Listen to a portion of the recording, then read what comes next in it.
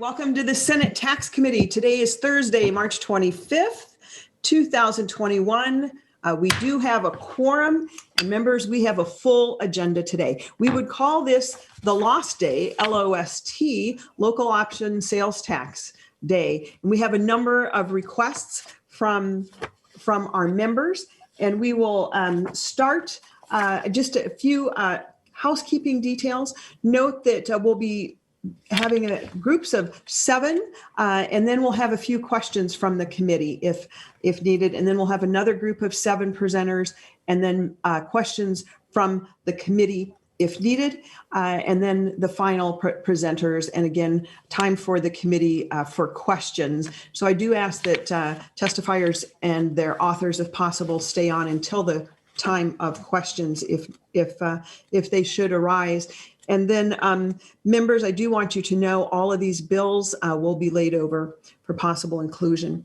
And we'll start off today's hearing with just a very brief, I'll call on our counsel, Ms. Pollock, to just give a very brief description of some of the things that are required in these sales tax, local option sales tax proposals, and also the sequence of what would happen after today. So Ms. Pollock, if you could give us just a couple minutes of the local option sales tax sequence of events, and also what must be included in those proposals, or what is allowed to be included in those proposals. Ms. Pollock. Madam Chair and members, yes, so as many members of the committee might know, there were some significant changes made to the requirements for a local government to enact a local sales tax and for the legislature to consider a proposal. The first thing that happens, and this has not changed since the beginning of when we've been considering local sales taxes, is that the local government must adopt a resolution outlining their proposal. So a specific project, a description of the project, the description of the projected cost of the project that would be funded by local sales tax revenues, and then the duration of the time that the tax would be imposed in order to fully finance the project. Currently, the local jurisdiction is then required to submit their resolution and then supporting documentation to how they arrived at their request for proposal for specific capital projects. And the underlying documentation about how it was determined that that project is of regional significance, essentially, providing a benefit to both people that live within the community and to people who are outside of the community. That documentation is required to be submitted to the chair of the taxes committee in both bodies, and then also the ranking minority member. And then, of course, as we're doing here today, the committees will consider the proposals and ask any questions to the local jurisdictions who are seeking approval. And then at that time, at the time that a proposal would be enacted, the local jurisdiction then goes to the voters to seek approval of the proposed tax. And this is a different thing this year since the 2019 changes, is that the local jurisdiction is required to put a separate question on each project, if there are more than one, to the voters. So it's a yes or no on each. And then the projects that receive a majority of yes votes then may be enacted into law. And then at that time, the local government is required to submit their referendum results and so forth to the Secretary of State. And then at that time, they are allowed to begin imposing the tax. Madam Chair, I think that's about it for the sequence of events, if there are any other questions. Thank you, Ms. Pollock. And we only note that because the law was changed, I believe, in 2018, and in 2019, we would still have been operating under the new format about when the locals come to the legislature before or after the referendum. Now they're coming before. But there wasn't a tax bill last year. And so this is actually the first one, hopefully, where we will get this get these done in a tax bill.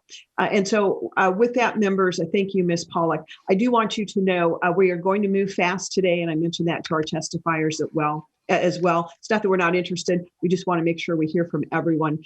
We can follow up later if need be. And I do want members to know that Ms. Pollock has prepared a wonderful legal-sized landscape version chart listing the 19 proposals that we will hear this morning. So I encourage you to watch that as you listen to our testifiers. And with that, we are going to start with Senator Newman. Welcome to the committee. Senate File 0997, and Vice Chair Miller will move that. Senator Newman. Thank you, Madam Chair. Thank you, members. Ms. Pollock, thank you for the briefing on the local option sales tax. I just learned some things I was unaware of before. Madam Chair, Senate File 997 is really pretty straightforward. It's simply requesting authorization for the referendum for the voters in Litchfield, Minnesota, to propose a local sales tax with the funds to be used on their community center.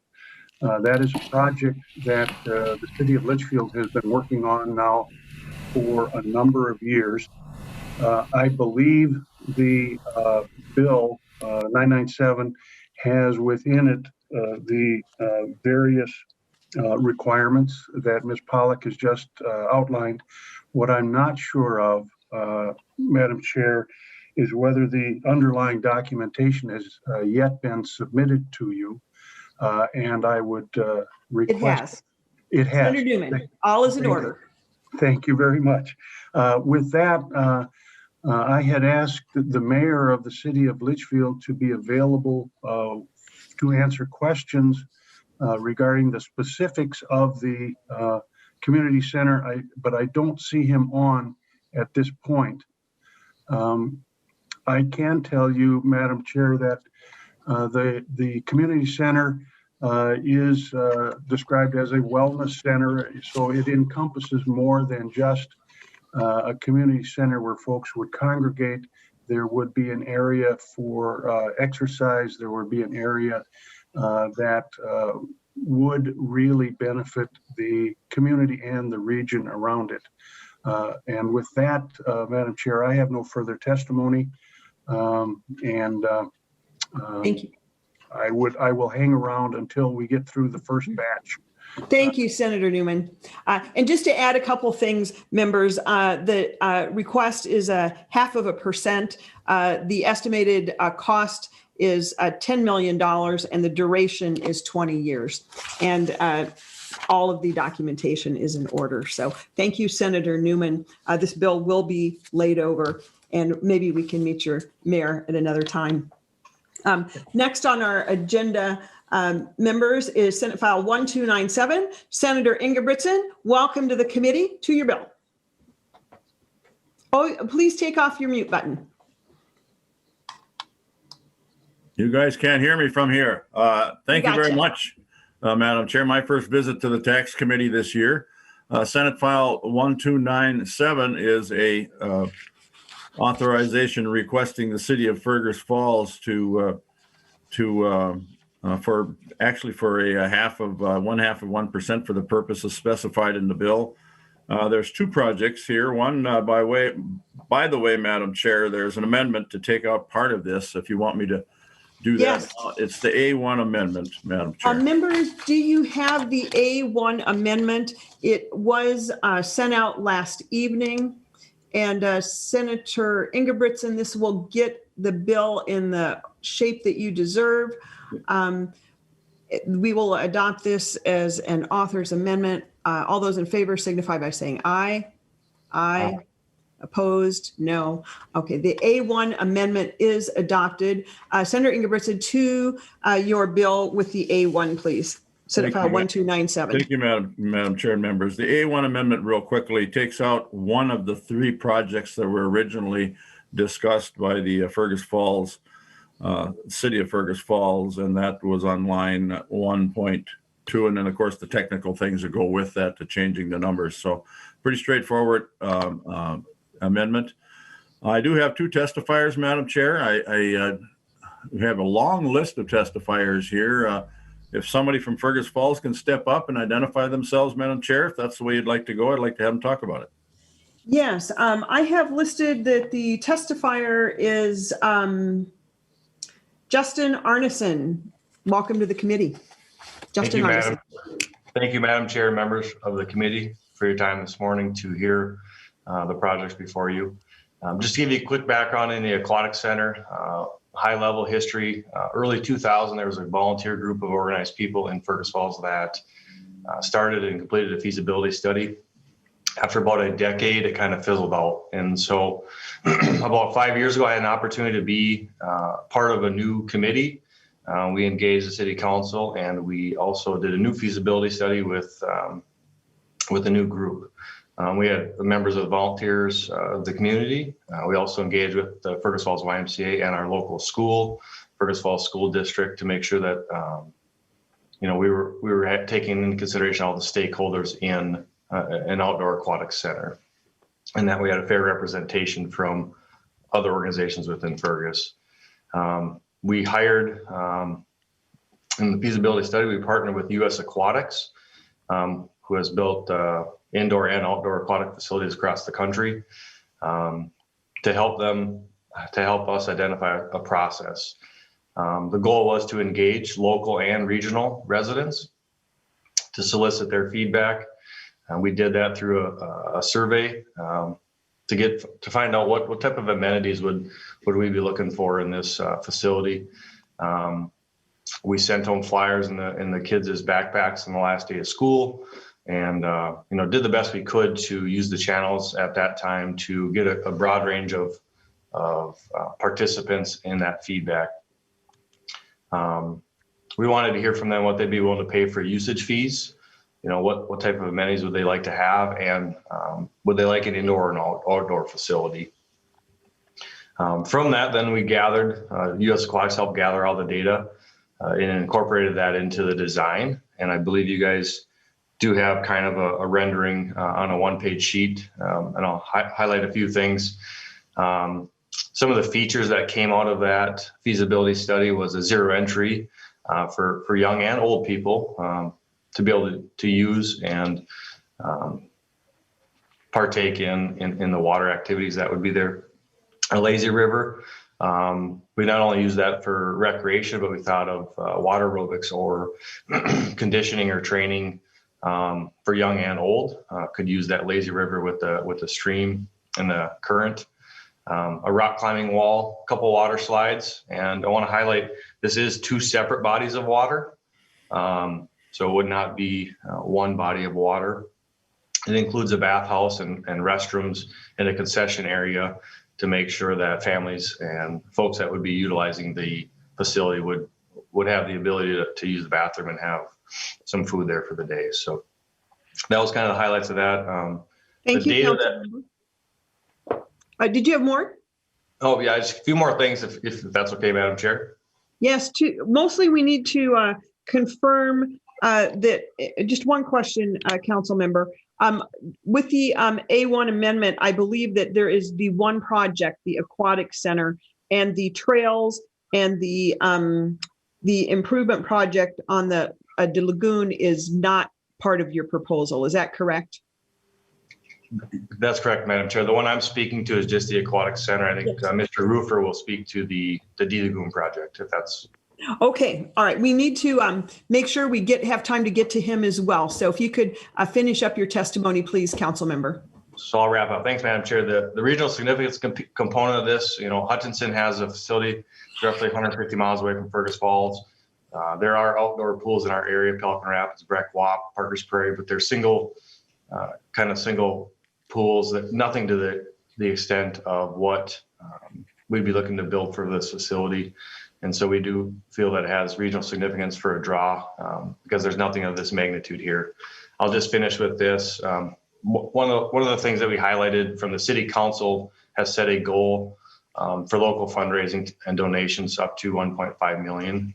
So there is an expectation of the aquatics committee that local fundraising would be a part of a component of this project. So Madam Chair and members, thanks for your time this morning and hearing about the Aquatic Center.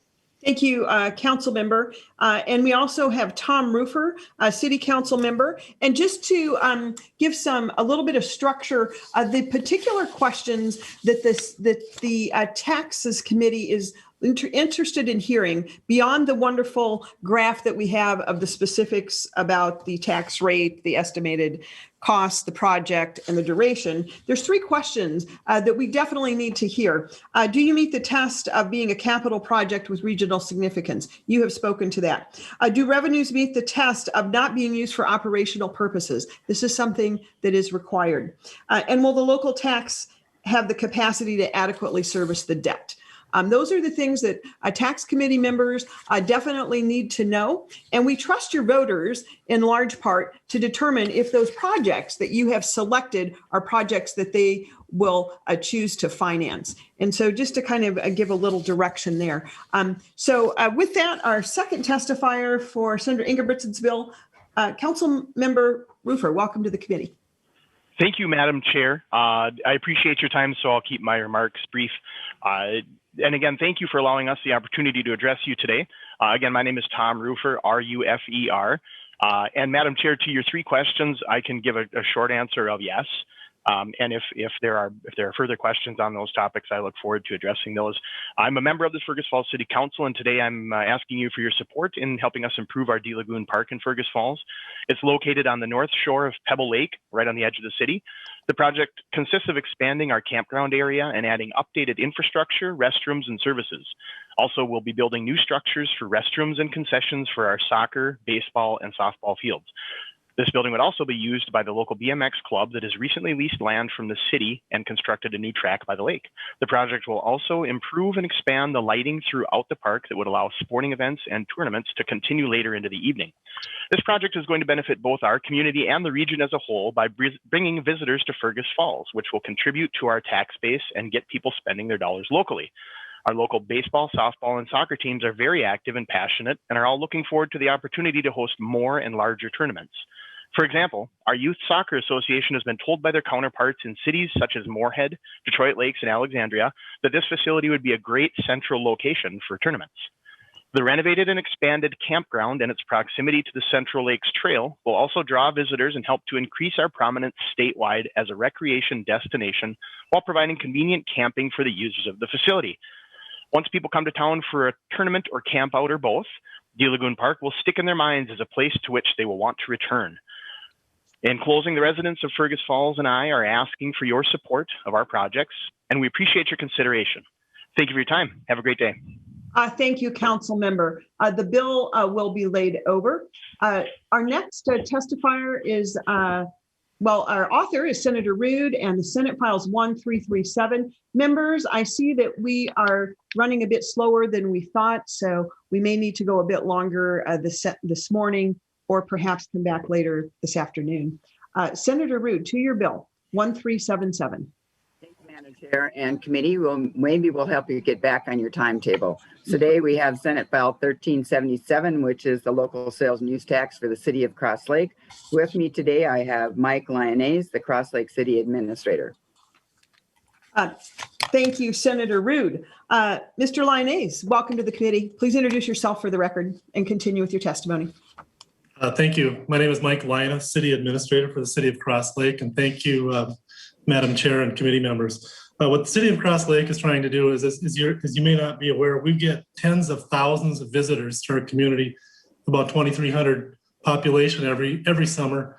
And what we're trying to do is protect our valuable water resource, protect that tourism industry. So we believe we've met the regional benefit test because everyone from the state comes to Cross Lake in the summer to vacation, boat, and do fun things like that.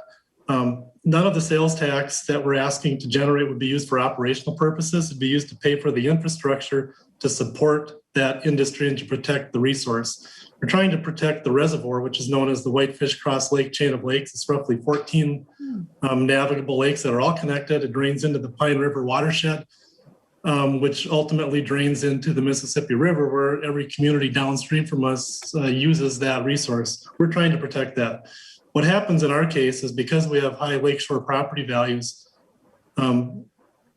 we don't get any state aid to help with these projects. All of these projects are funded locally. We did a study, roughly 80% of our retail sales come from not Cross Lake residents, meaning the visitors that come here that use the resource. We end up having 100% of the local taxpayers pay for that resource, but 80% of the sales that generate the stress on that system come from not the residents. We're trying to ease the burden to the local taxpayers to do that. We're looking at 3 projects. One is to extend our sanitary sewer to remove commercial and residential septic systems off of the lake along the Highway 66 corridor. We're also looking to make improvements to our wastewater treatment plant with new technology so that we can remove the biosolids from the treatment facility locally rather than having them hauled to somewhere else. And then the other areas we're calling the Daggett service area, which is the environmentally sensitive area where homes, commercial properties are very close together. And we need to get those septics on a sewer system and instead of going potentially into the lake. We're looking to raise approximately $4.8 million of sales tax through this effort to put towards $6 million worth of projects. And that's the short story on it. So hopefully that'll get us back on track. Well, thank you very much, Mr. Linus. Excellent description. This bill will be laid over Senate File 1377. Next on our list is Senator Matthews' bill, Senate File 1231, Mille Lacs County Local Sales and Use Tax. Senator Matthews, welcome to the committee. Madam Chair, thank you so much for having me. Senate File 1231 is for a Mille Lacs County local sales tax, and I am happy to throw it right to our testifiers, Holly Wilson, the Mille Lacs County Administrator, and Neil Knopick, the County Engineer. Thank you, Senator Matthews. Ms. Wilson, welcome to the committee. Introduce yourself for the record and proceed with your testimony, please. Thank you, Madam Chair, members of the committee. I'm Holly Wilson. I'm the interim county administrator for Mille Lacs County. I'm here to support the bill in front of you. This is for a 0.5% sales tax to fund a new public works facility for in Mille Lacs County. The estimated cost of the building is about $10 million, and we anticipate it will take about 8 years to pay that off. It will not be used for operating costs, strictly for infrastructure. The building is, I believe, about 40 years old, in need of repair for safety and efficiency. We do believe that it does provide regional significance because we do have agreements with some of our surrounding counties to assist with maintenance activities as well as some of our state parks in the area. I will let Neil Knopick, our county engineer, kind of talk about some of those agreements that we have surrounding the county. Thank you. Thank you, Ms. Wilson. Excellent testimony. Mr. Knopick, welcome to the committee. Introduce yourself for the record, please, and proceed with your testimony. Thank you, Madam Chair and committee members. I appreciate you taking the time to listen to us for this. My name is Neil Knopick. I'm the county engineer for Mille Lacs County. Like Holly mentioned, as far as regional significance goes, this is one of the longest counties in the state. We have access to Lake Mille Lacs, which is one of the largest lakes in the state. The building is about 48 years old. It's a steel structure that has kind of outlived its usefulness. They typically have about a 30-year life. In order to save costs, the original heating and air conditioning system in there was purchased used. That was about 20 years old. So our heating and air conditioning system is about 70 years old right now. Yeah, like Holly mentioned, there's access to Cathio State Park and Father Hennepin State Park in Mille Lacs County. We maintain all the roads accessing both of those parks. We also maintain the Sioux line, which connects Morrison County over to Aiken County. It's a great regional trail here. There's multiple several wildlife management areas in Mille Lacs County. And as Holly mentioned as well, we have agreements with other counties as far as maintenance goes. And also with MnDOT, we have several agreements with them for covering crews and maintenance if anything were to happen, like a COVID outbreak or whatnot. So, and then to answer your finance questions, the answers were yes as well. Thank you very much. And it's good to hear about those agreements as well. Senate File 1231 will be laid over. Thank you for your testimony. Our next agenda item is Senator Johnson, Senate File 1369. Welcome to the committee. To your bill. Thank you, Madam Chair. Senate File 1369 is a bill that we've seen up before, and then the COVID hit. So this is kind of a repeat that many of the members have seen before. So this is the city of Warren. It's really a unique community out on the prairie. It has just a unique culture to it where they really do a lot of in-house problem solving. One of the big issues, across the state is childcare, but they've got a way of addressing that I think I'm really excited about, and I think will be a good solution for many cities across the region to follow once they be able to implement this. I do have a testifier, Shannon Mortensen. If we could turn to her to really flesh out the details, Madam Chair. Thank you, Senator Johnson. Administrator Mortensen, welcome to the committee. Introduce yourself for the record and proceed with your testimony. I'm Shannon Mortensen, the City Administrator from Warren. Thank you, Madam Chair and committee members, and thank you, Senator Johnson, for introducing this bill. We are proposing a half-cent sales tax to finance a 10,000 square foot childcare center. The projected sales tax revenue will pay the debt service for 20 years on a $1.6 million bond. Warren's a 1,600 people town in the northwest corner of the state. We're located 30 miles from Thief River Falls, Crookston, and Grand Forks, North Dakota. The city has embraced being a bedroom community with robust employment options that have been available in Northwest Minnesota.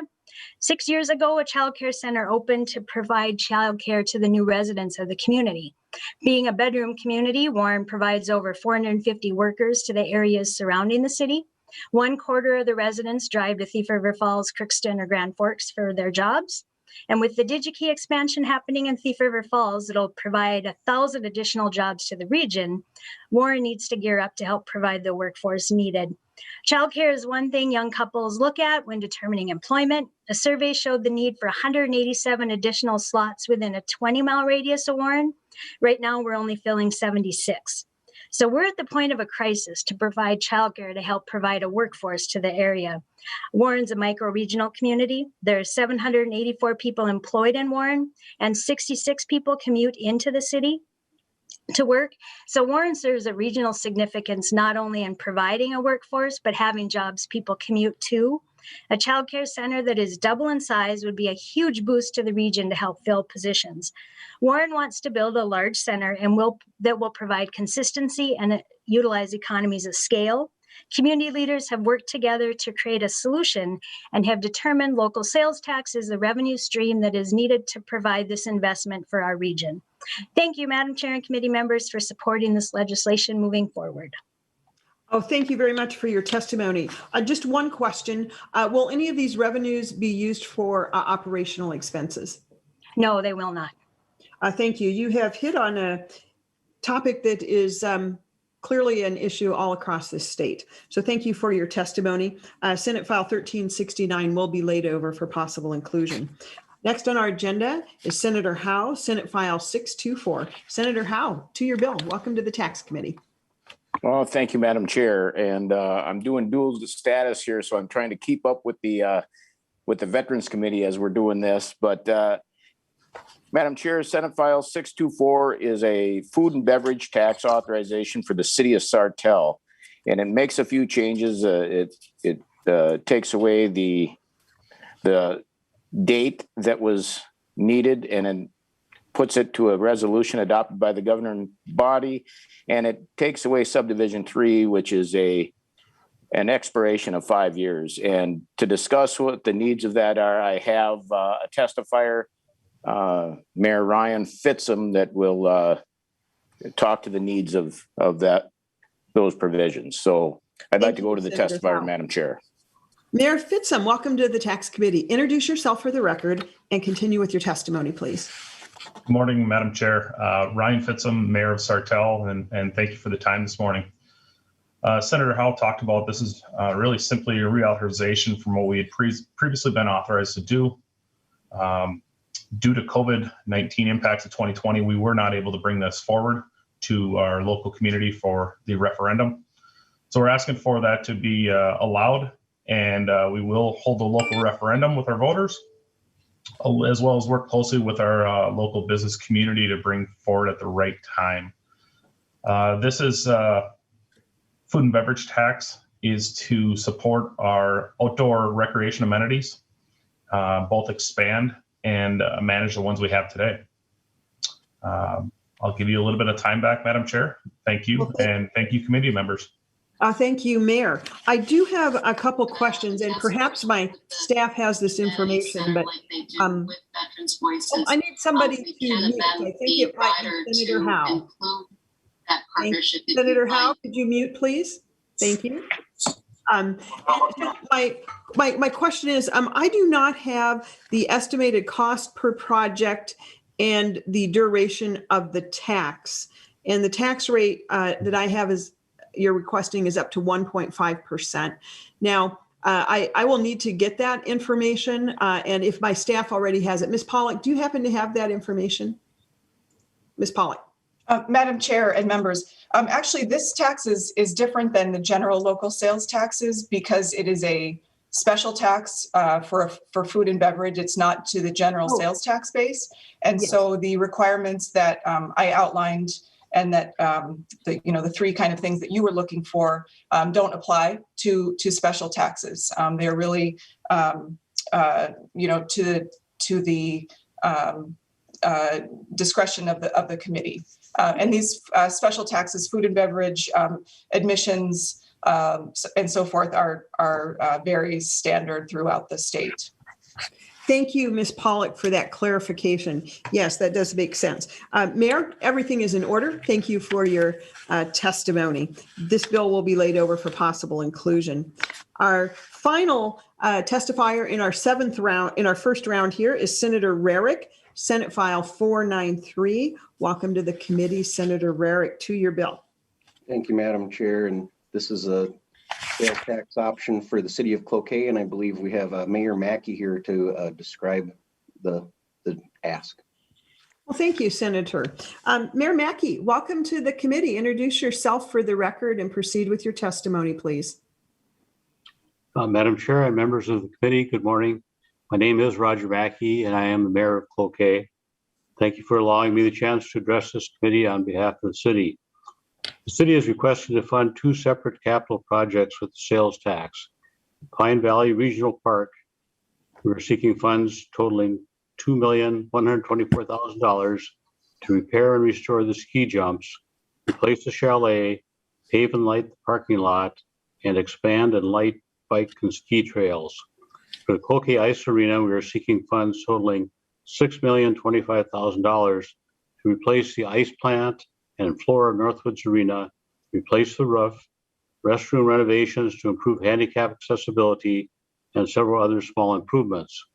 As I will explain, each of the projects provides substantial regional support and impact on northern Minnesota. Pine Valley Regional Park is recognized both locally and regionally as a multi-purpose outdoor recreation and sporting area. Created in 1961, Pine Valley Park has 4 ski jumps, which are one of only 2 facilities located in northern Minnesota. Nordic skiing, 5 miles of single track mountain biking, snowshoeing, snowmobiling, trail running, and hiking. Pine Valley Park also facilitates numerous hosted events, with the chalet being a focal point.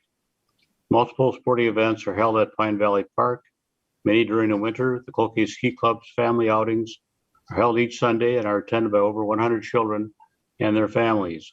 The Cloquet Ski Club sponsors jumping and Nordic ski events all season, which bring in participants from as far away as Chicago.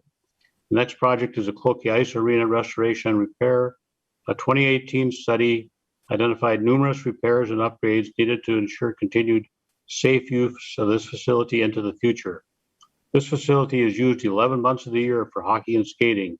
It is home to the Minnesota Wilderness hockey team, one of 20 North American Hockey League junior teams, playing 36 games per season, averaging over 46,000 fans in attendance.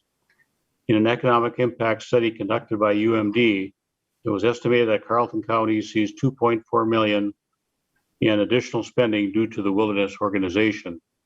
The ice arena is also home to the Cloak Area Hockey Association, with over 300 families participating in youth hockey from our region, and also hosts tournaments on average of 20 weekends a year, with at least 46 teams traveling from outside the county to participate. In summary, the two projects I've discussed will benefit residents and businesses in the city of Cloquet, as well as the surrounding area. These facilities attract visitors and competitors from a wide area. There is truly a regional draw to both Pine Valley Park and the Cloquet Ice Arena. Funding for these projects cannot come from local property taxes, as the burden would be too great. For the reasons I've mentioned, the community and city council support the authority to impose a general local sales tax of 0.5% for an estimated period of 10 years to assist in funding these two projects. Madam Chair, I'd be happy to answer any questions you or the committee have. Well, thank you, Mr. Mayor. You gave us all the information we needed. There's just one thing I didn't hear, and perhaps you mentioned it. Will any of the proceeds be used for operational expenses? No. Thank you very much. The bill will be laid over for possible inclusion. Members, we're just about 5 or 6 minutes over our timeline, but I do want to thank our testifiers and our bill presenters for presenting such a succinct, cogent presentations. Members, are there any questions that you were not able to ask of these 7 bills and their testifiers? Do not see any hands, so we're going to continue on. So Senator Rarick, you're up again. Senate File 1387, to your bill, please. Thank you, Madam Chair. And I do have an A3 amendment that we would like to have put on this bill. All right. While members are pulling that up, it should be on the gold page here. Trying to get to it myself. Senator Rarick, if you could just tell us the significance of the A3, and then we will adopt it as an author's amendment. Thank you, Madam Chair. When we first submitted the bill in January, this was the estimated cost. The bids have come in, and it was quite a bit higher than anticipated. We do have, I believe, in the packets from the county board that there's support, and they will make good with the new cost with what the bids were. And this reflects. Thank you, Senator Rarick, and Vice Chair Miller will move the A3 amendment. I have one question. Does the resolution include these updated amounts? Has the City Council approved these updated amounts? Madam Chair, I believe we did get it into the packets, a new resolution that was just passed reflecting these new amounts. Thank you, Senator Rarick. Members, please turn on your cameras, your audio. All those in favor of the A3 amendment signify by saying aye. Aye. Opposed? Seeing none, the A3 amendment is adopted. And then Senator Rarick, to your bill as amended. Thank you, Madam Chair. This is for the County of Carleton for a jail, and I will turn it over to my testifiers, Sheriff Lake and Commissioner Bodie. Thank you. Sheriff Lake, welcome to the committee. Please introduce yourself for the record and proceed with your testimony. Kelly Lake, I'm Carleton County Sheriff. Thank you, Madam Chair and members of the committee. I'm actually going to turn it over to Commissioner Marv Bodie at this point to testify first, if that's okay. Yes. Commissioner Bodie, welcome to the committee. Introduce yourself for the record. Thank you, Madam Chair and members of the committee. Senator Rarick, I'm Marv Bodie, Carleton County Commissioner. This file is a bill to request your permission to ask voters their preference on imposing a 0.5% local option sales tax, or whether they would rather use property taxes to fund a new jail. We have a large retired elderly population, and using property taxes would add a burden to that lower income population that would present a strain to a lot of them. We also have a lot of exempt properties within the county that don't pay a full share of property taxes. That includes some 2C forest lands, which gives a 35% value reduction on lands enrolled in the program.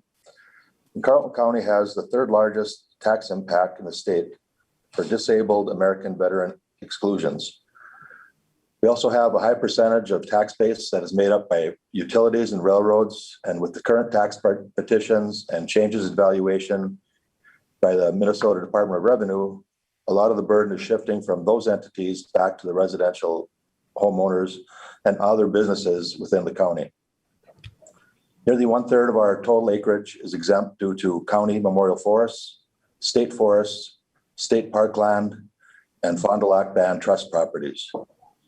We'd like to give the citizens a voice and a choice on how to pay for a new jail. We ask for your support with this bill. As a side note, this would cover building costs only, no operation costs. There would be a regional feature, and Sheriff Lake will explain that, and the tax would generate enough revenue to cover the debt service. Thank you. Thank you, Commissioner. Sheriff, welcome back. Continue your testimony, please. Thank you, Madam Chair. Part of my priority as sheriff is to ensure the public safety needs of not only the residents of Carleton County, but also the visitors that are here and that pass through daily. Our project, our Carleton County Jail, was constructed in 1979, initially with a 24-bed capacity, and was quickly added on another 24 beds in 1981. While the jail has been well maintained, it has exceeded its life expectancy for a correctional facility run 24/7. On January 28th of 2020, Carleton County received a sunset letter from the Minnesota Department of Corrections, which said that as of July 31st, 2023, we will no longer be able to hold incarcerated persons in our jail. So for over 5 years, we have been engaging in some extensive planning activities over how we are going to address the public safety needs and the issues of our jail and our aging jail. Part of that process, we came to realize that it was very clear to us the female offender population in our county jail has doubled. More than doubled over the last 13 years. And we realized that that's also been a trend, not only regionally, but also statewide.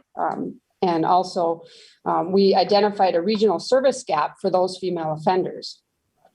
We have received support for a regional female offender program from St. Louis County Administration, as well as the St. Louis County Sheriff, also from our 6th Judicial District,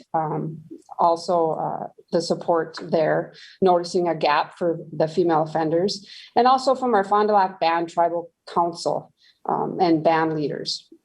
Also, the support has come from our Arrowhead Regional Corrections, which is a 5-county community corrections consortium that Carleton County is a part of. In 2020, a bill was passed for awarding Carleton County $2 million in general obligation bonds, specifically for a grant for pre-design and design of a female offender program, a component to our jail, emphasizing, the regional facility for the female offenders. Thank you, Madam Chair and members of the committee, for your time and consideration. And if you have any other questions, I would welcome those. Oh, thank you, Sheriff Lake. Senate File 1387 will be laid over for possible inclusion. Thank you so much for your testimony. Our next item on the agenda, members, is Senator Tomassoni's bill, Senate File 453. Senator Tomassoni, welcome to the Tax Committee. Thank you, Madam Chair. Thank you for hearing this bill. Madam Chair, this is a request from Itasca County for a 1-cent sales tax to help build a new jail.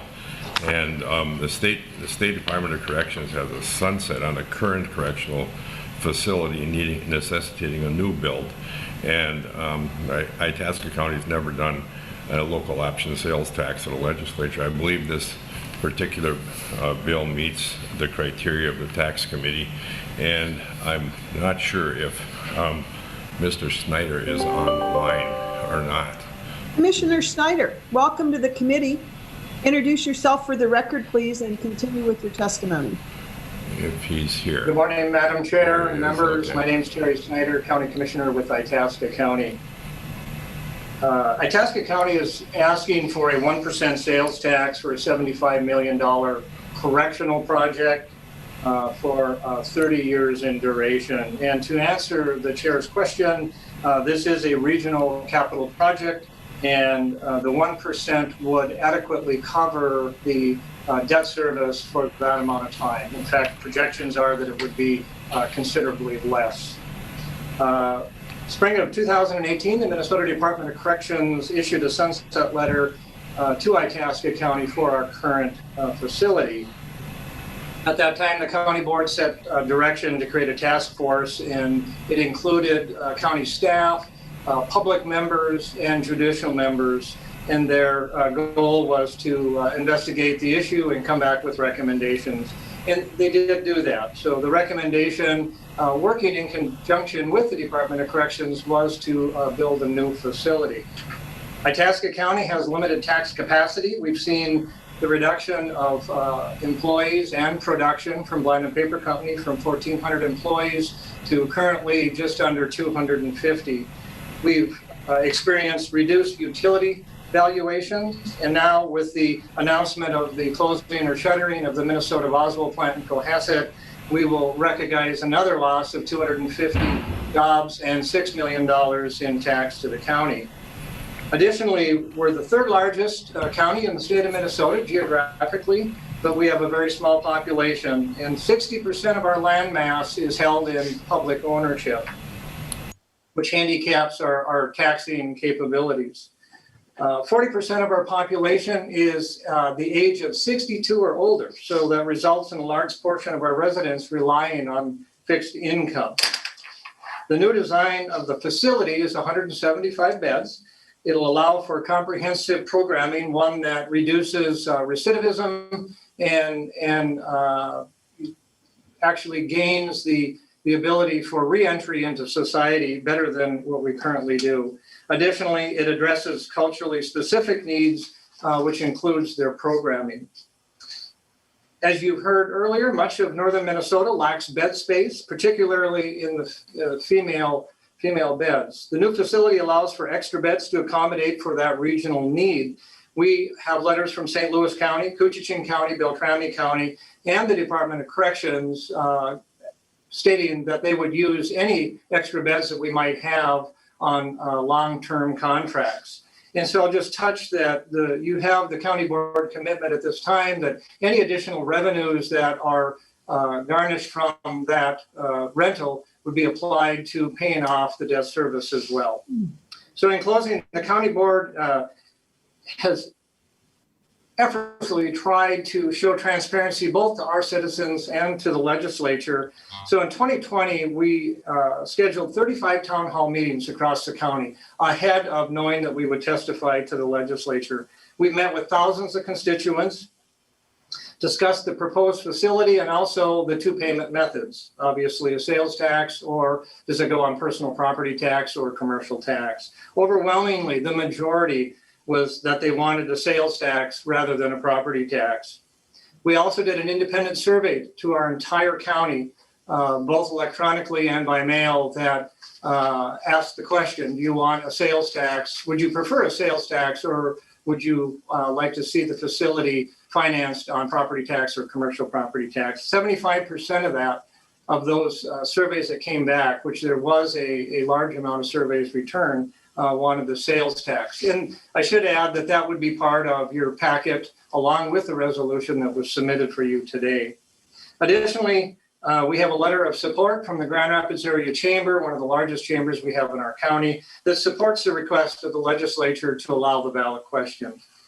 Itasca County has never had a sales tax, nor has any city within our county had a sales tax. We've been very proud and financing our projects on our own, but this one is large. So we respectfully request that you accept our proposal. Thank you. Thank you, Commissioner. I just have two quick questions, and thank you for the thorough presentation. You touched on the regional significance very well, very clear. And one of the things we wonder about in the tax committee is Are there going to be enough revenues collected to pay those bonds? And as you mentioned, certain employers leaving, I think perhaps you alluded to this when you said the contracts with other counties, those funds would be applied to paying off those bonds. And I'm wondering if you could be sure my office gets a copy of that memorandum of understanding with those other counties regarding those contractual beds or sites. Madam Chair, yes. So the answer to the first, the 1% would cover the complete debt service. And any additional revenues created by the contracts for bed space would be used to pay down that debt service. But we would be happy to forward that to you. Thank you. Thank you very much, Commissioner. Senate File 453 will be laid over for possible inclusion. Next on our agenda. Thank you, Madam Chair. Thank you, Senator Tomassoni. Senator Weber, Senate File 1816, to your bill. Senator Weber. Thank you, Madam Chair. And just as a point of information for those who pay attention to the geographical nature of the bills that are covered here, my district has not miraculously been extended to the northeast, but rather I am the chief author of the next three bills at the request of Majority Leader Gazelka, who represents these areas. And so, first, Senate File 1816 is for the Staples local sales tax imposition for the renovation of their community center. And to give you more information on that project, Madam Chair, I would turn the testifiers table over to Gerald Nelson, the Staples City Administrator. Administrator Nelson, welcome to the committee. Please introduce yourself for the record and continue with your testimony. Thank you, Madam Chair and members. My name is Gerald Nelson, City Administrator in Staples, and I also have Chris Etzler, the mayor, with us here this morning. Our project has to do with our Staples Community Center. Community Center was constructed originally in 1974 as a joint venture between the City of Staples and the Staples School District. This facility has a competition length pool, gymnasium, fitness center, senior rooms, community meeting rooms, and also houses the LSS Meals on Wheels program for the Staples area. Programming, many things that you would expect: aquasize, water dance, lap swim. Thousands of kids have learned to swim in our pool. Open swim, basketball, volleyball, pickleball, dance, and a lot of other activities. The facility is primarily supported by memberships, day fees, program fees, rentals, and of course the City of Staples through their tax levy. This request that we have before you today would not support operations. It would be pure capital improvements. So on to the capital improvements. We have a lot of things that need updating. ADA was not a thing in 1974. So our seniors are using ramps, cannot access the fitness center unless their mobility is good. Locker rooms and so forth are not designed with ADA in mind. HVAC and electrical systems, most of those are original equipment. They made them good back in 74, but their time has come to an end here. During the COVID shutdown, we did a lot of work on that building, replaced the roof. Over the years, we replaced the gymnasium floor. We updated one set of restrooms up to ADA standards, but there remains a lot of work that needs to be done. And over the last year, much of our revenue dried up for that facility due to COVID when the building was shut down. All of our memberships and rentals and school utilization basically went away. So what we're asking for in our request is a 0.5% sales tax for 25 years that would be utilized to finance $1.6 million of improvements. Our local sales tax would generate about $109,000 a year for that debt service. So, and that's the kind of the end of my comments. I think the mayor would like to make a couple, if that's all right with you, Madam Chair. Thank you, Mr. Nelson. Yes, Mayor, welcome. Good morning. Again, my name is Chris Etzler, Mayor. I just kind of want to real quickly point to the regional significance. Though the City of Staples owns and operates that facility, for the last quite a few years, we've been trying to do a real good job of surveying the users and the members of the facility. And right now we're showing roughly 66% of the members of the facility are not City of Staples residents. So we feel like, that's quite significant as well. Even higher, 84% of the aquatic users are not City of Staples residents.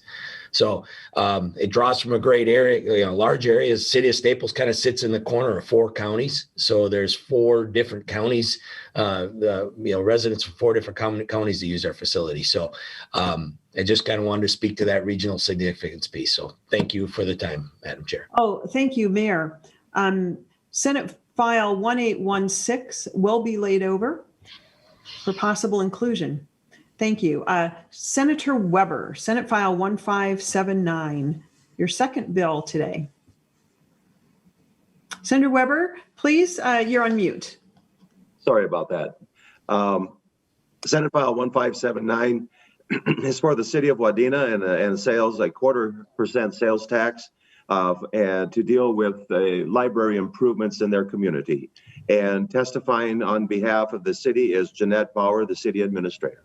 Thank you, Senator Weber. Administrator Bauer, welcome to the committee. Introduce yourself for the record and continue, please. Good morning. I'm Jeanette Bauer, the City Administrator for the City of Wadena.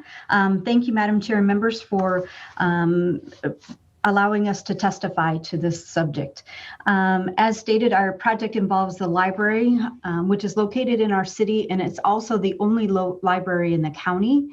It does have regional impact in the fact that 75% of the users are actually from outside of the city. The city purchased a building for a new library, and the old library building, which is the existing library now, we plan on selling that building, and all proceeds will go into the project as well. And through fundraising efforts so far, we've raised $1.2 million, which will be used for the project. All of the funds generated from the local sales tax will go into the renovation costs to get the new building up to code and ready for a library. None of the funds will be used for operational expenses, and we do expect to generate enough revenue to meet the debt service. Well, thank you, Administrator. Very clear testimony there. All right, Senate File 1579 will be laid over for possible inclusion. And Senator Weber, a trifecta today, your third bill here, Senate File 1213, to the bill. Thank you, Madam Chair. Senate File 1213 is for sales tax for the Little Falls community as they pursue a community recreational center. And the first testifier is Greg Zilka, the mayor of Little Falls. Mayor, welcome to the committee. Introduce yourself for the record, please. Thank you very much, Madam Chair and committee members, for this opportunity to speak to you today. My name is Greg Zilka, Mayor Little Falls. And in the interest of time, I would like to defer to John Rademacher, our city administrator. Mr. Rademacher, welcome to the committee. Introduce yourself for the record, please. Thank you, Madam Chair. I'm John Rademacher, City Administrator of Little Falls, Minnesota.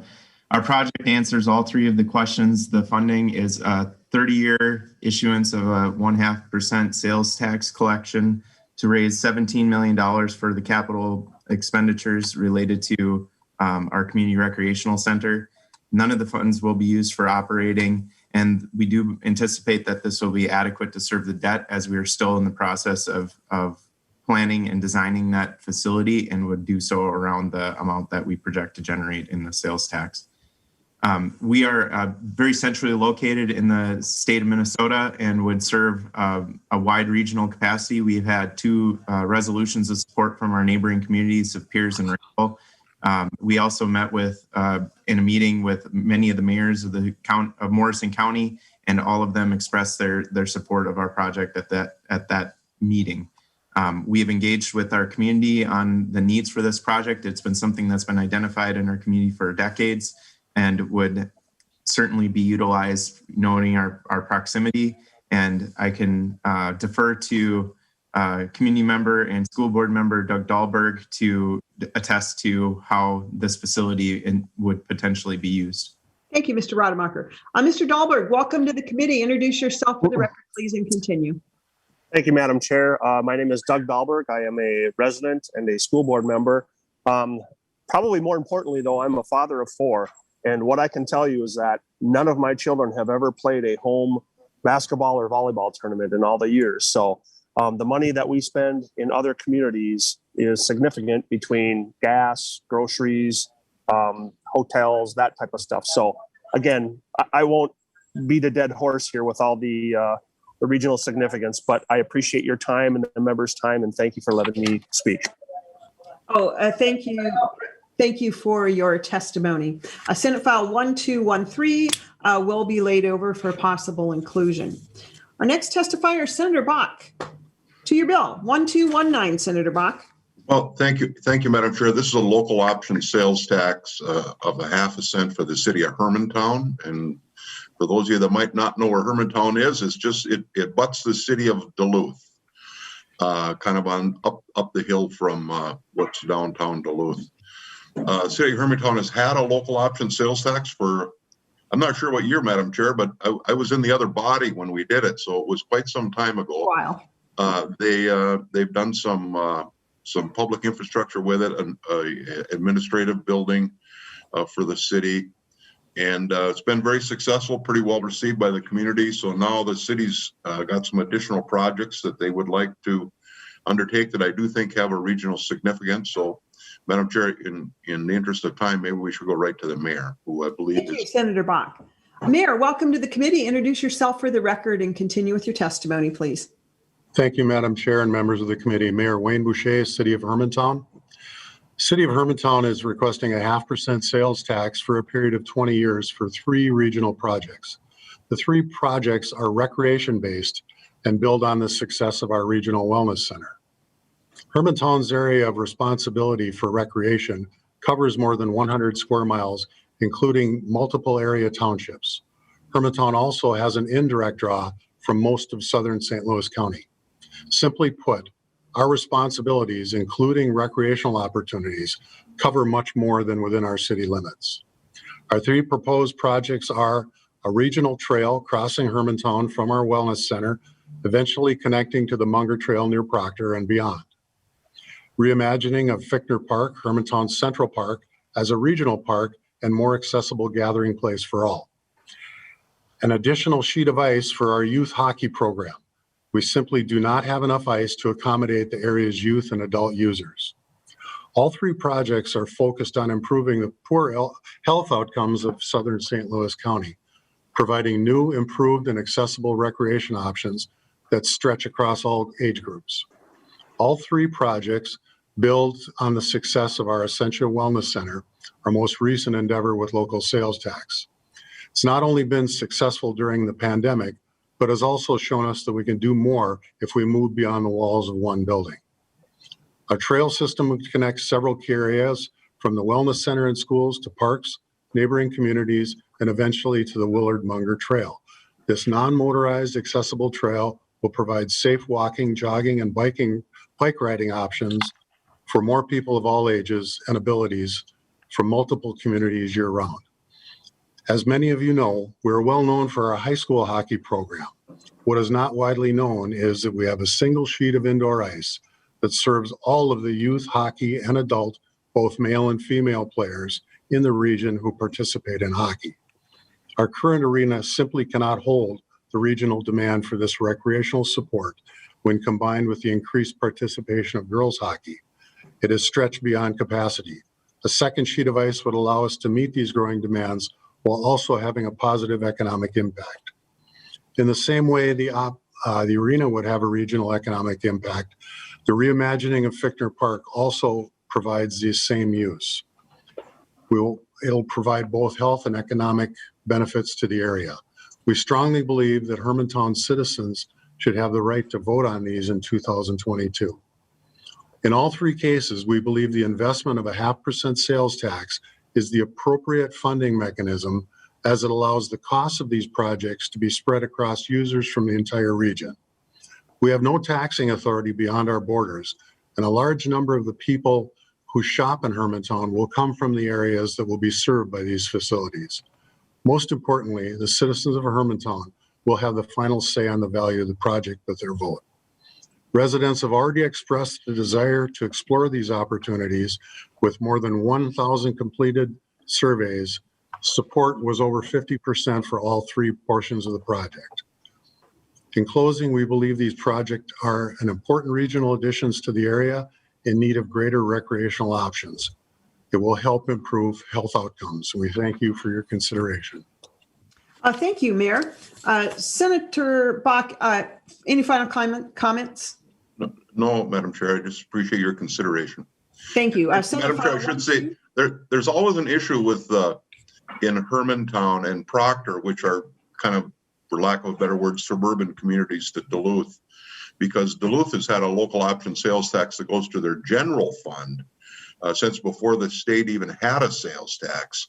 And, you know, no other city in the state gets treated like that, but Duluth has always had a sales tax higher than their neighboring communities. And it's always been a little bit of a sore spot. And I understand it that people go to Duluth, their neighboring city, and they pay a high sales tax than when Duluth shoppers come to Hermantown or Proctor. So there's a little bit of an equity issue for the region in this also.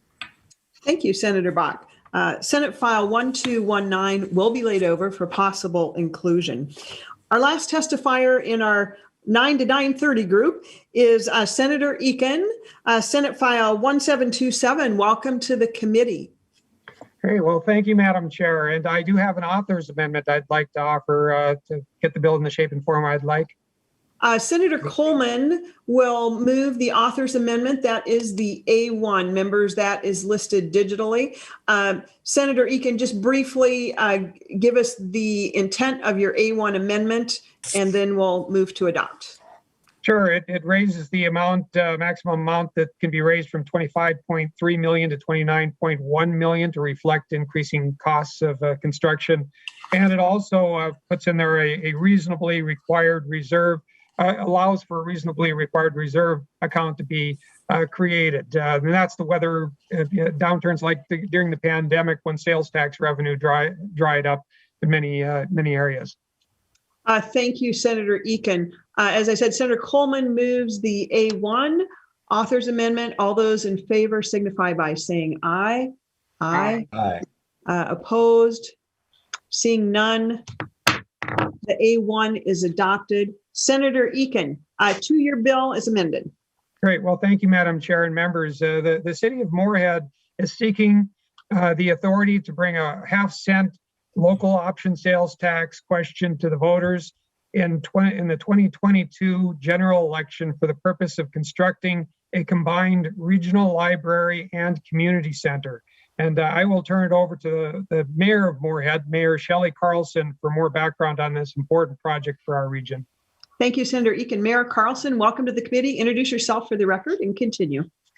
Thank you. Thank you, Senator Eakin, Chair Nelson, and members of the committee for your time to hear the City of Moorhead's testimony on Senate File 1727. My name is Shelley Carlson, and I am the mayor of Moorhead and previously served as a city council member and the city's liaison to the Lake Agassiz Regional Library and Moorhead Public Library boards. I am very passionate about the library as a community resource and am delighted to serve as a champion for the new Library Community Center in Moorhead. As a city council, as a community, we are really excited about this project. It will be a regional asset for everyone to enjoy. It is greatly needed to address a growing population in our city and also in our metro area. The current Moorhead Public Library is built in 1960 with an addition, just one addition in 1980. The existing building has significant structural and mechanical deficits and would require substantial investment to renovate and still would not be adequate to serve our growing population with current and future forward library services. The Moorhead Public Library is currently undertaking a needs assessment, including a survey, several interviews, and focus groups to inform the library's future. To date, I believe they've received back over 800 surveys. The City of Moorhead and Downtown Moorhead, Inc. had just completed a downtown master plan, which was an 18-month process with unprecedented citizen participation. Moorhead residents and our business community are clearly supportive of revitalizing our downtown. The Library Community Center would serve to bring more activity to downtown to benefit our economy. As headquarters of the Lake Agassiz Regional Library System, serving 22 communities in 7 counties, the new library is authentically a regional project. Within our support letters and background materials, you will note a resolution from the city of Dilworth. Dilworth shares a border with Moorhead and does not have a public library. They have graciously lent their support to this project that will also benefit their citizens. In closing, we ask the legislature's authorization to bring a local option sales tax question to the voters of Moorhead. Our bond counsel and financial advisors have provided conservative estimates of the financing cost of construction. The loss request does not include operational costs. We will work extra hard to earn the votes in support of the Moorhead Regional Library and Community Center. Madam Chair, Liz Lynch, Executive Director of the Lake Agassiz Regional Library System, and Lisa Bodie, the City of Moorhead's Governmental Affairs Director, and I are available for any questions that the committee has. Thank you very much for your consideration today, and I hope you all have a wonderful week. Thank you, Ms. Carlson, Mayor Carlson. Appreciate your testimony. Any further comments or questions, members? Senate File 1727 as amended will be laid over for possible inclusion. Members, we are at the end of our 9 to 9:30 group, a little over time, but I do want to make sure if members have any questions, they've had the opportunity to ask them. I am not seeing any hands. So members, we will continue with the third and last segment of today's hearings. And we will start with Senator Friends, Senate File 542. Senator Friends, welcome to the Tax Committee. Well, thank you very much, Madam Chair, and thank you, members. Proud to present for you Senate File 542 on behalf of my beloved city of St. Peter.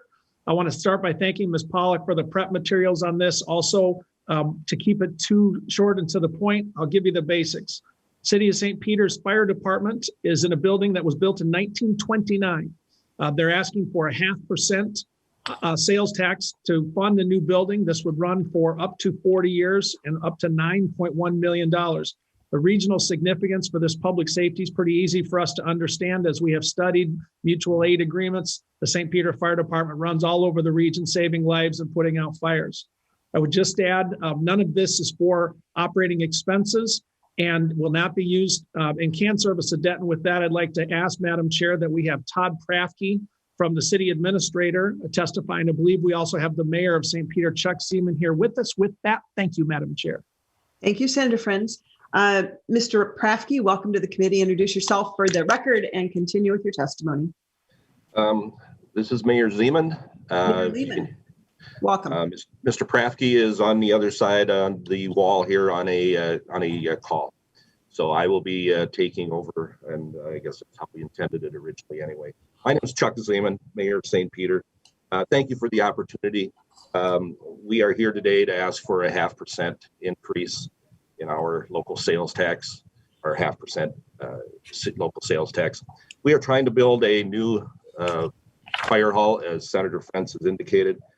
The cost on this is about $9.1 million. The current hall that we are using started out life in 1929 as a county garage. In 1958, the city took that over. So for the last 63 years, we've been operating out of this building, which sits on a half-acre lot downtown St. Peter. It's about a 7,200 square foot building with sidewalks on both sides. It's on a corner. Safety and other issues have been a concern for years. And this building that we're looking at doing now, we have purchased a 4.6 acre lot on the west edge of St. Peter, West Central. We did an independent study, and the independent study showed the need for the size of the facility and also the location. The size that this new facility would be a little over 22,000 square feet. The reason for the big increase, just in perspective, in 1958, when we started using this building that we are currently using, population was a little less than 8,000 in St. Peter. This next year, we should be right around 12,000, maybe even a little bit more. The antiquated building that we have does not allow for showers, anything else that the firefighters need for decontamination for carcinogens. It's a concern. And once again, the response also from this downtown location is very, very, very, very tough sometimes. Let's put it that way. The equipment in 1958 was a little bit different than the equipment that we have now. So what we house now, we are bumper to bumper, cannot get around any of the facility or any of the units that we need to use. We are looking at the 0.5% increase, which would bring our overall, right now we're at 7.375. This would bring us to 7.875% sales tax rate, which is therefore equal to the city of Mankato, which is 10, 12 miles to our south. They have been 0.5% higher than us for years, dating way back to their community center or civic center. We have secured a 2.25 maximum interest loan from the USDA. So we will not be doing any bonding, but we are looking to use the sales tax to pay for about 70% of our debt service over the next 40 years in order to pay for this facility. The rest of it we'll either have to come up with as far as our reserves or otherwise would have to levy for it. So that is what we're looking at, and we're looking at putting this on the ballot this fall. We have elections, local elections this fall, and this would also be part of that ballot. So we were here last year, but we kind of got cut off halfway through. We never did appear before the Senate. We did appear before the House last year, and that is pretty much it. And I have, I'll take questions. Oh, I just wanted to add one more thing. We have 36 members in our all volunteer fire department. And we just need to be able to take care of their needs and also the needs of the St. Peter residents and the eastern Nicollet County townships that we also service. Thank you. Thank you, Mayor. Just one question. 40 years seems to be a long time. And is there a reason for that length of tax duration? Yeah, we wanted it to match up with what we can get from the USDA is what we're looking to do. Now, and so is the USDA a bond, a 40-year bond? It's a 40-year, it's a loan. Or a loan, okay. Right. It's a 40-year loan. 2.25 is the maximum that it can be. We've locked into that. So that is the maximum rate we can do. We can, that'll be, we use the USDA. We did a $33.8 million expansion and addition onto our local hospital. And we use USDA for that also. So there was no bonding that needed to be done for that. And the hospital is paying for its own way over that period of time. And we hope to be able to, like I say, secure this too. One thing I failed to mention is in St. Peter, we have 37% of our property values are exempt. The majority of it being the St. Peter Regional Treatment Center and also Gustavus Adolphus. We are hoping to recoup through sales tax, through 2,500 students, locally because of the, it's been a while since I've been out of college, but I think they still go down to the bars and the restaurants and use other things that are able to generate sales. Great. Thank you, Mayor. Senate File 542 will be laid over for possible inclusion. Our next item is Senator Uyghur. Welcome to the committee. Senate File 123. Thank you, Madam Chair. I have an A1 amendment. Senator Uyghur, let's see if we can find that amendment online. I don't know. Yes, there it is. It is the A1. Senator Dziedzic will offer the A1 amendment. If you can just briefly state what that amendment is, we'll adopt it as an author's amendment. Yes, Madam Chair, this increases the amount of funds for two facilities, one for the police station, the other for the public works facilities. The amounts would be respectively $15 million and $22 million. And also it changes the term for potential funding from 20 to 25 years. Thank you, Senator Uyghur. And All in favor of the A1 amendment, turn your cameras on, your volume, say aye. Aye. Opposed? Seeing none, the amendment, the A1 is adopted. Senator Uyghur, to your bill. Yes, thank you, Madam Chair. Recognizing the very limited amount of time, I'll just reiterate a strong need as well as a regional impact for a new police headquarters facility in Oakdale and further a public works building.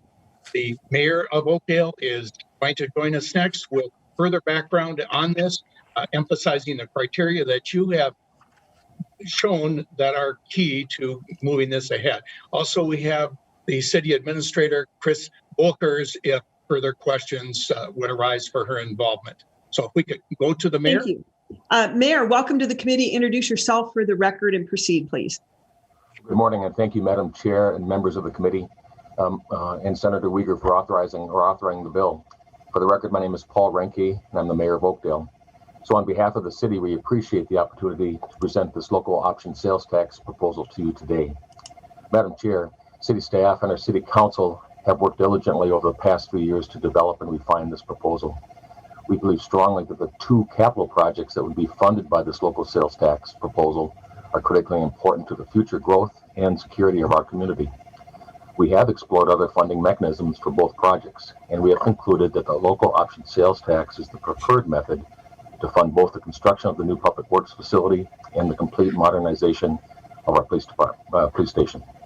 While raising taxes is rarely a preferred option, I am committed to working with my colleagues on the city council, our city staff, and our local partners to provide a strong educational campaign to our local voters at the next general election, should this provision be included in the final tax bill this year.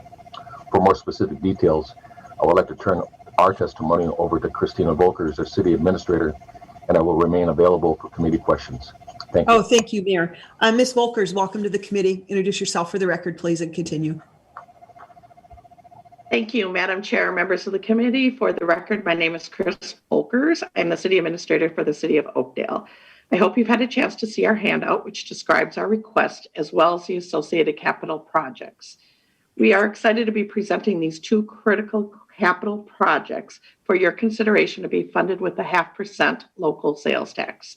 According to the bill before you, this tax would generate approximately $37 million to fund a new public works facility and a refurbished police station. I will also note that these funds are not for operations. We believe that the city of Oakdale can make a very strong argument towards a clear regional benefit, such as Oakdale serves upwards of 40,000 people each day. We have nearly 12,000 jobs in the city, the majority of which are filled by non-residents. Nearly 200,000 vehicles travel each day on 27 miles of state and regional roadways.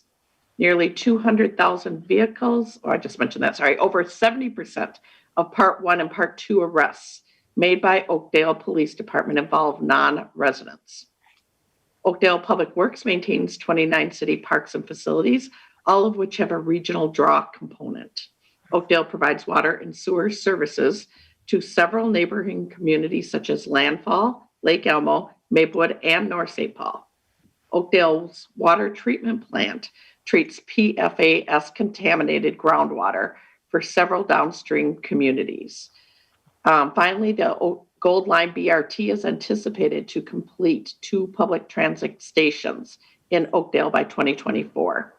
A recent study indicated that non-residents accounted for approximately 37% of retail sales in the city of Oakdale. Madam Chair, members of the committee, I stand with Mayor Renke for any questions from the committee, and I also have with me our police chief and public works director if there are any technical questions. Thank you. Oh, thank you, Ms. Volkers. We will take questions at the end of our segment here, so if you could hang on, please. Members, Senate File 123 as amended will be laid over for possible inclusion. Thank you. Next on our agenda is, thank you, Senator. Senate File 1309, Senator Franson, welcome to the committee. Thank you, Madam Chair. Thanks for having me. I miss being on and serving on this committee with you, but certainly we all know the importance of the local sales tax option for many of these cities and districts around our state.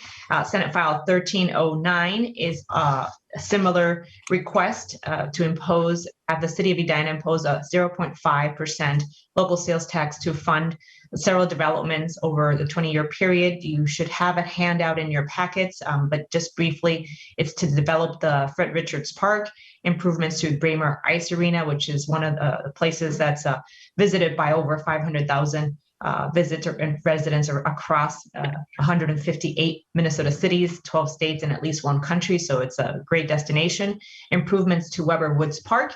And with that, I'm not going to belabor the issue. I know you're running a tight ship here. I have two testifiers, our mayor of Edina, James Hovland, and our city manager, Scott Neal.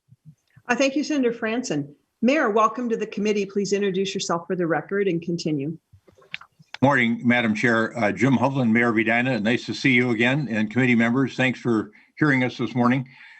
This particular request is really, I think, quite fascinating. We have never had local option sales tax before in Edina.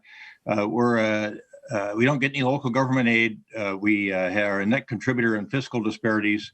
With respect to the tests that are involved here, there's no operating funds requested.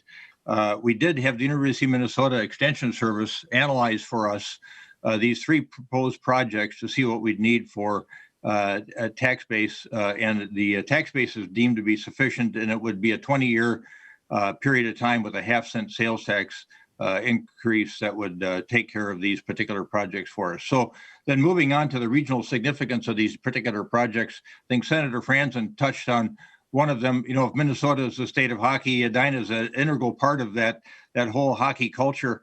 And our Braemar Ice Arena needs some significant work. It used to be, I think, at least we think, the crown jewel in the state, and it just gets worn out over time. And it needs some significant work.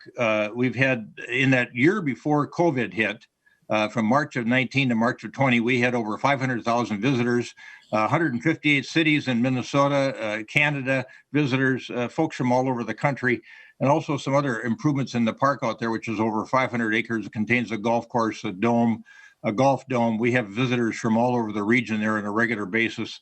And so we've got some other improvements we want to do there as well. Over at Fred Richards Park, we've got a 42-acre park in the middle of our community that we want to do some passive and active uses on.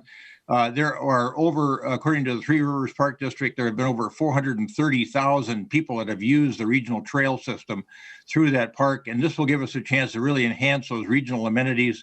It serves the neighborhood, it serves our city, and it will serve the broader region as well and connect into all of the trail systems throughout the metropolitan area, which is a wonderful thing. We used to be the hole in the system, frankly, and now we are no longer there. And if we can make these other additional improvements that have regional implications, it'll be really significant. The last project is Weber Woods, is a piece of property, 14 acres at the city of St. Louis Park and the city of Edina purchased from the city of Minneapolis Public Works. It was a place where people in Minneapolis walk their dogs. We had calls from some of the legislative leaders that live over there in that area and said, hey, can you guys, the city of Minneapolis was going to turn it into they were going to sell the property off actually, so that we bought the property.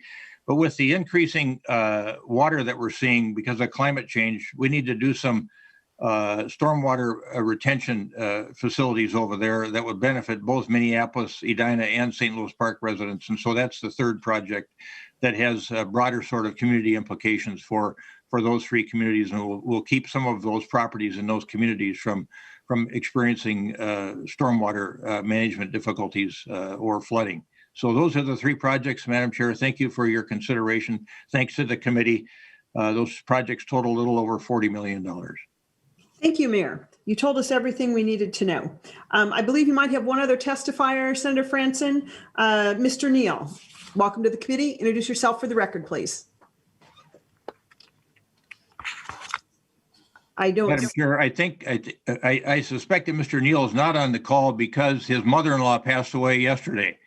Oh, I'm so sorry. He had to head with his wife is already in Iowa. He had to head to Iowa, and I think he will not be with us this morning. So he sends his regrets. Yes. I was uncertain whether he'd be able to, when I talked to him early this morning, he had some family issues to deal with this morning relative to the funeral. Sure. Well, we send condolences. And Mayor, you did answer all the questions. Senate File 1309 will be laid over for possible inclusion. Well, Thank you, Madam Chair, and thank you, Senator Franzen. You're most welcome. Members, we have 2 bills left on the agenda. Senator Putnam, welcome to the committee. You're kind of our cleanup batter here. Senate File 1289. To your bill, please. Thank you, Madam Chair, and thank you, members, for hearing this bill, and also thanks to Senator Howe for co-authoring this bill for the city of Waite Park. I know it's been kind of probably a long morning for you this morning, but I'm glad to have this opportunity to talk to you about the best and perhaps most important of all of these bills that you've heard this morning for the city of Waite Park. Now, the city of Waite Park is seeking legislative approval for a 1/2 cent local option sales tax, which would be on the ballot for the 2022 general election if approved. The sales tax is going to generate a lot of funds that we need for necessary capital projects, all of which are regional in nature, these 3 major projects. And so, Madam Chair, in the interest of time, I'd like to turn things over to the 2 testifiers that are here for us today. Our beloved Police Chief Dave Bentrude and Waite Park Mayor Rick Miller are both with us today. Welcome, Mayor Miller, and then we'll get to the chief. Mayor Miller, welcome to the committee. Introduce yourself for the record and continue, please. Thank you, Madam Chair, and the members of the committee. Thank you, Senator Putnam, for carrying this important bill for Waite Park. Madam Chair, Waite Park is a vibrant regional destination with a population of just over 7,700, yet boasting a daytime population of more than 30,000. The proposed sales tax would generate approximately $1.5 million annually, and to demonstrate the regional nature of our city, 80% of the sales tax collected comes from outside of our community. I would like to briefly outline each of the 3 projects the city would like to fund from revenues generated by the proposed 0.5% sales tax. First one is 10th Avenue Regional Corridor. This regional roadway connects Waite Park, St. Cloud, and Sartell to the retail center of Waite Park. 10th Avenue averages 14,000 vehicles per day, causing significant congestion and delays. This project requires significant right-of-way acquisition and has been part of the Waite Park's transportation plan as well, and an area planning organization plan for several years. The second project is a regional trails connection. This trail connection will link 2 major trail systems together and provides a connection to Quarry Park, a regional destination. These connections will provide a trail system from Wilmer all the way to Duluth. These regional trail connections have been part of Waite Park's transportation and park master plan for over 10 years. And the third one is a public safety facility. Our presence as a regional center requires us to have a larger than average police force. Public safety is a critical regional issue. 80% of the crimes in Waite Park are committed by people who do not live in our community, further highlighting the regional significance of public safety. Thank you for your time, and I don't, if you want to talk to the chief, he's here. For sake of time, we can skip that. Thank you, Mr. Mayor. Well, we want our police chief to at least be able to say hello. We so appreciate your service. What do you want to tell us briefly? Madam Chair, member of the committee, I appreciate the opportunity, and I'll just, dovetail on what our mayor was talking about. Introduce yourself for the record, please. I'm sorry, Dave Bentrude, Police Chief, City of Waite Park. Thank you. And just to echo what the mayor was saying, Waite Park, we are part of the St. Cloud School District. We provide, we have 2 schools, Alternative Learning Center and Discovery School, which provide services to residents beyond our borders, and we provide SRO support for that. We have like 120,000 trips on our roadways, 500 businesses, and that draw a larger population base beyond, again, our resident. And so most towns at 7,500 do not need 21 police officers, is what we're working towards. So right now in our police department, we have offices that are double or triple bunked when it comes to staff. It's very crowded, and we are in desperate need of more space to be able to operate. So, and again, 80% of the sales tax revenue comes from outside. And I think the mayor mentioned 80% of our arrests are not Waite Park residents. And so I think it just speaks to the regional nature of Waite Park as a regional destination. So we've got the Ledge Amphitheater coming online, which will draw, which is going to be a great thing. We have the Park Event Center that's going to draw even more. So our needs are going to continue to grow. And so I appreciate your time. Oh, thank you, Chief. Senate File 1289 will be laid over for possible inclusion. Our final bill of the day is also Senator Putnam's bill, Senate File 1672. Senator Putnam, to your bill. Thank you, Madam Chair, and thank you, members. And I realize it's been kind of a long day, and I appreciate you hearing the best and perhaps most important bill that we've got right now, which is some relief for the city of St. Cloud in the form of a local option sales tax. Today we have to testify with us, we have Tony Goddard, Director of Community Services and Facilities, and former state senator and our mayor, my mayor, Dave Kleis. So I think in the interest of time, perhaps we can just expedite and go directly to their testimony. Thank you, Senator Putnam. Mr. Goddard, welcome to the committee. Introduce yourself for the record, please. Thank you, Madam Chair, and thank you for this opportunity. My name is Tony Goddard. I am the Director of Community Services and Facilities for the City of St. Cloud. And actually, our intention was that the mayor would provide the presentation and I be available for questions should any arise. Well, thank you. If you'll hang on for those possible questions. Mr. Mayor, welcome to the committee. Nice to see you. Pleasure to serve with you over in the other body when you were in the Senate here. Mr. Mayor, to the project. Well, thank you, Madam Chair. I appreciate it. And for the record, Dave Kleis, Mayor of the City of St. Cloud.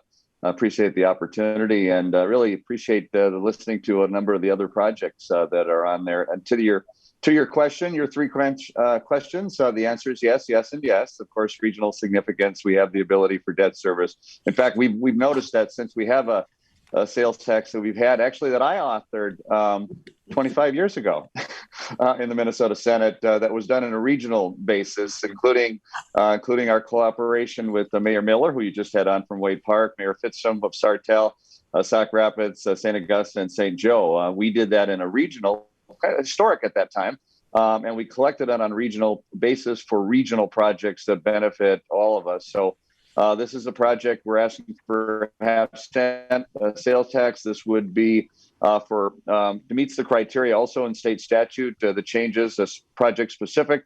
These are 4 road projects that do east-west. We have an area planning organization that looks at our region and especially in congestion, and they're labeled in congested areas, and they also benefit the state. Well, one of them is a road project near Highway 10. Highway 10 and 23 will be a major reconstruct that the state is going to be doing in 2022.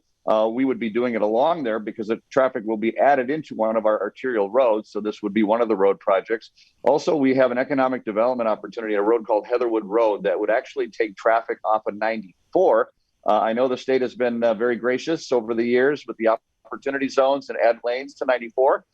That's been beneficial. We're trying to take some of the traffic off of 94 too and put it in our commercial. It connects 2 commercial hubs along 94 Opportunity Drive to the city of St. Cloud. You also have an area that's kind of a gateway to St. Cloud State University, would create greater access to St. Cloud State University. It is a road, one of the other road projects. And then we have our 3rd Street, which connects Highway 10 to Highway 15. So all 4 of our projects actually dovetail or help in the overall transportation system in the area through state highways. Those we're going to ask the voters if you give us the authorization to do that. The other project is our municipal athletic complex. It was built in 1971. It serves both St. Cloud State University and the Technical College for their baseball. They don't have baseball fields. We provide that. Otherwise, they'd probably be asking for HEPA money for those upgrades in the state system. But this is a regional facility that is used for amateur baseball, high school baseball, college baseball, and hockey. Those are the facilities that need to be upgraded, including the 1972 building that doesn't meet ADA requirements and needs a significant upgrade. So we're asking for that authorization to ask our voters to go forward. These projects have clearly a regional significance. And as we've learned during COVID-19, that one of your questions was, can we handle the debt service? Well, with the lack of sales tax that came in that year, and we were still able to handle the debt service on the bonds that we have, the answer is yes, because we've seen probably the worst case scenario in that. But we're a regional center. We have a population of 68,000 people, but our daytime population swells to over 180,000. Our property tax, 20% does not pay property tax. So that's a burden that these projects would not be able to handle. So that's a presentation, and we'll stand for any questions at the end. Thank you, Mayor Kleis. Will any of the proceeds be used for operational expenses? I'm not sure if I heard that. Yeah, that was one of your, absolutely not. That was one of the None yeses, this will be it will not. Yep, that was one of the yeses. Yep, regional Yes. significance, no operational, and we were able to handle the debt service. Thank you very much. Seeing no further comments, we will lay Senate File 1672 over for possible inclusion. Members, we have reached the end of our agenda today. There is one follow-up question for Senator Bach, and that has to do with his Senate File 1219. There are several projects included there, Senator Bach. I don't need it today, but I don't see the breakdown in the cost for those projects. So if you could make sure and get that to me, that would be incredibly helpful. With that, members, all of our bills are laid over. I want to thank you for your additional time today. I particularly want to thank the staff who really made kind of this marathon lost local option sales tax hearing possible. Ms. Pollock's organization of all of the information that has come into my office has been incredibly helpful. And I want to thank Mr. Steinhoff for getting all of these bills onto the gold page, the calendar of the day. So not only members, but the public could follow along as these amendments are offered into the bills. So thank you so much, members. Our next meeting will be after break, Tuesday, April 6th. I hope you all have a wonderful, restful break and observing your religious celebrations. With that, our meeting is adjourned. Thank you so much.